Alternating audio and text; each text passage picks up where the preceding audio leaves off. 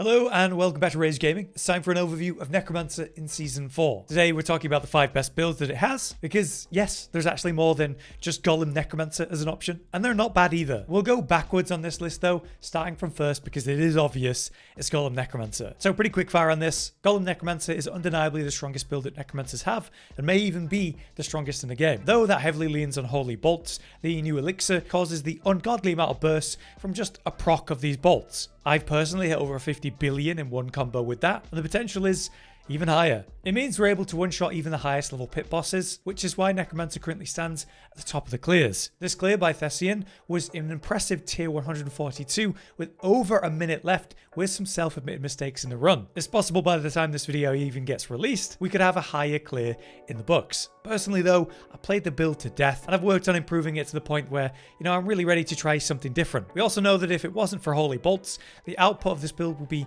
nowhere near as good, maybe around a tier 125 to 30, though I just don't think they're going to remove this bug for at least the whole season. So what's below Golem Necromancer? I think it's fair to say that Mage Necromancer is the one just below it. Mage Necromancer is almost entirely the same concept. It's just putting as many levels and power as you can into your mages as they're your main source of damage. Because the golem isn't the main source of damage, you can even drop the golem from the build, meaning you get the sacrifice, the sweet crit bonus. That'll free up one of your normally overfilled skill slots as well, which means you can kind of have it all, running something like Blight, where you can get that 20% times increased damage for you and the minions, and another source of shadow damage build-up. As usual, whether you're golem or mage focused though, it's all about stacking damage increases and then unleashing your army for all the burst in one go. Compared to the golem build though, this is more consistent, but yes, much less burst. The golem ability is a key part of that build's damage, but it has a cooldown. The mages are always attacking without any special ability you need to use, so while less bursty, again, it's much more consistent,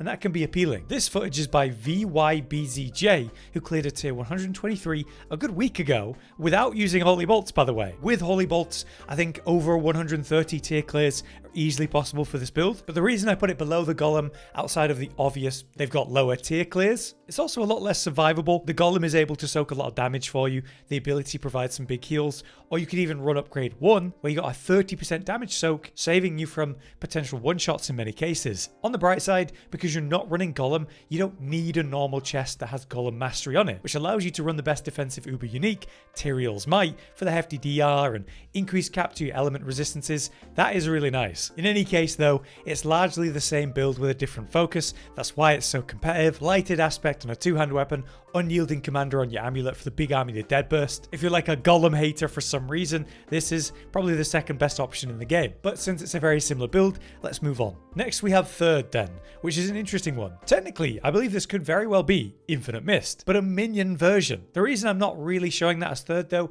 is that we don't have clear proof of that. Though I want to credit Insomniatic for this great concept, which is basically minions combined with infinimist. They contacted us to discuss the potential of the build, with great showings even weeks ago. The idea of Infinite Mist is to be damage immune most of the time, while still putting out great damage while you're in Blood Mist. Unfortunately though, I only have this brief clip of a tier 124 to show by Insomniatic, but they also have a great guide on the build concept on Wowhead if you want to check that out. You should expect though this to be amazing for mob clear, but fall off hard in single target, but I do plan to look into this build myself when I get the chance. At third instead then, we have Bone Spirit, with this proven tier 120 clear by King Pig. Yet another minion variant of an old build. This one uses skeleton summons, which does mean you can use Holy Bolts if you want to really skyrocket this output, but Bone Spirit's basically all about dumping all your essence in one button use for one massive burst attack. That's been a fantastic build for a good while, though normally overshadowed by Bone Spear most of the time. It did have good showings in the Gauntlet last season. I believe it was our top build. Now though, combined with the strength of minions in season 4, it's even better. The idea is simple. Create the most damage possible on each Bone Spirit use, kind of like the Golem build, through things like crit strike chance and damage, but more importantly, overpower, which becomes more valuable and viable when you're running minions. There's things like the Banished Lord's Talisman, the amulet that gives you a regular guaranteed overpower on a core skill like Bone Spirit. This does mean you kind of have to sacrifice your mages, because the Bone Sacrifice does grant you like a 25% times damage increase to overpower damage as a whole, so you probably end up with just the skeletal to warriors, which is funny, but it's still good because there's that very underused unique pair of legs, Blood Moon Breaches, which gives those minions a chance to curse enemies, and those that are cursed take way more overpower damage. So it's a pretty cool, very underused synergy. Outside of cool details like that, you'd probably want to run a lot of essence gen and max essence in general to further boost the power of each spirit smashing a target. I'm very interested to see how this feels to play, and I do plan to create a build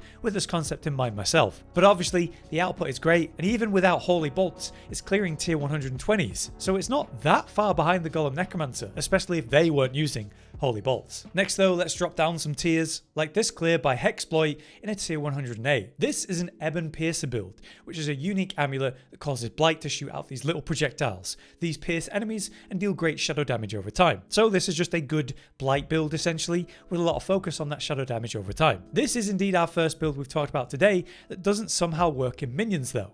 So if you happen to really dislike minions for some reason, not only is this a bad season for you, but this could be a good build to consider since it's somewhat competitive. And again, because there's no minions, there's no Holy Bolts damage carrying the concept, so it doesn't rely on that bug. It could very well be a top build in season 5 if they do remove the Holy Bolts bug at that point. Though there are some similarities here compared to like the golem and mage builds. Your main damage aspect is still blighted, you're still spreading a lot of shadow damage through things like corpse explosion and blighted itself. It's just the output is an issue. It doesn't have the same levels of bursts as the other builds we've looked at today. The damage over time concept does work well for things like mob clear. You can be damage immune in blood mist while still spreading your shadow dots. You can see how the dungeon part of this pit clear is no problem. They're fully fortified and very tanky the whole way. Even in the boss fight, that's pretty impressive too, blasting the boss without much worry about incoming damage. However, even if this is decent for what it is, the boss definitely would have died instantly to a golem or the mage build, even the bone spirit build in a tier 108. This build is probably going to need some serious DPS buffs in season 5 if it's going to be truly competitive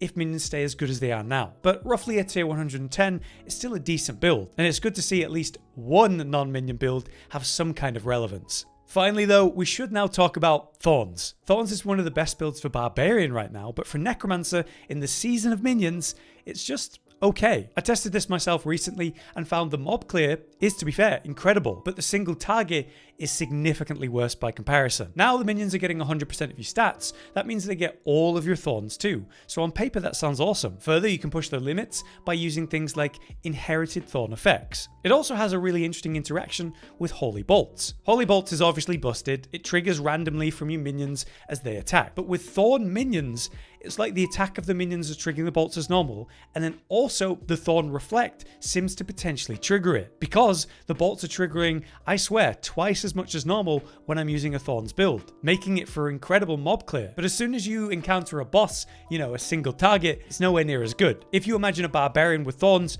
it's them on their own, so the boss is only attacking them and the Thorns are fully reflecting. But with minions, the target of the boss is now spread out for the different minion types. With a proper Thorns build for Minion Necromancer, you probably want to stack all of the Thorns into the Golem. The Bone Golem has a taunt which normally forces enemies to attack it. While that taunt is going, it converts 70% of its armor into even more Thorns. If you stack affixes with that in mind, Golem inheriting Thorns and so on, even better. That's probably why it's so good for mob clear. The taunt is successfully forcing enemies to attack the Golem, and you're putting all the Thorns into the Golem. Meanwhile, with a boss, the taunt simply doesn't work. It just builds up a bit of stagger. It's not forcing the boss to focus on the Golem entirely. So the boss is spreading its damage to you, the mages, the warriors, and the Golem, when you really want the Golem to be the main target. Again, Barbarian doesn't have an issue like that. It's just the boss and the barb, and that's it. So by comparison, if Thorns is going to work for minions big picture, I think something mechanically needs to change. Still, I think there's been a clear of roughly